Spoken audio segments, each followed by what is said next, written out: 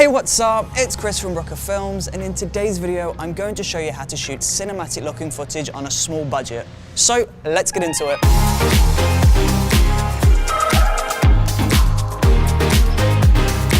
When we see cinematic footage, we often think that a big expensive camera was used to capture the footage, but that's not always the case. With the development of technology, cameras have become more and more accessible and more affordable to consumers. Even if you don't have a camera, most of us are now carrying around a smartphone that is capable of shooting some incredible footage. So how do we take advantage of these cameras and shoot cinematic looking footage?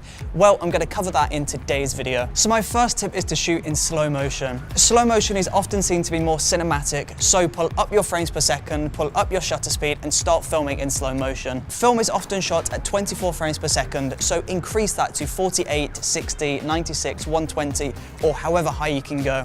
The slower the footage, the more cinematic this is going to look. Tip number 2 is to get the camera out of your hands and get it onto a stability device like a glide cam or a 3-axis gimbal. Shaky handheld footage is often seen to be amateur, so you want to try and capture beautiful, smooth tracking shots. So for this, use a stability device like a glide cam, a Ronin, a Movi, a DJI Osmo.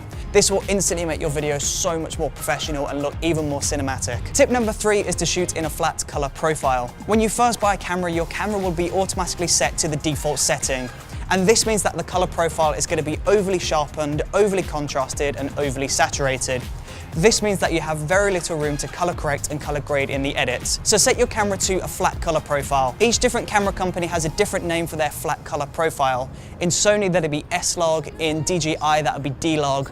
Just find your flat color profile and make sure that you shoot in this. This will leave you so much more room to color grade in the edit. Now, once you've captured your footage, you need to get this onto the computer and make this look even more cinematic. So we're going to do that with the grading. If you don't know how to color correct or color grade, then don't worry. We can just use cinematic LUTs to make our footage look incredible. LUT stands for lookup table, and this is basically just a color preset, and you can download these from the internet for free. So go and Google free cinematic LUTs and download some of your favorite LUTs. Now, once you've got these onto your downloads, you can just use Lumetri color to find these, and instantly your footage is much more cinematic. This is a preset, so you may have to tweak the colors just to get it perfect. So for this, use levels or the fast color corrector. And now my final tip is to add fake anamorphic bars. When you go to the cinema and watch a film, or you watch a music video online, there's a black bar at the top and the bottom of the footage.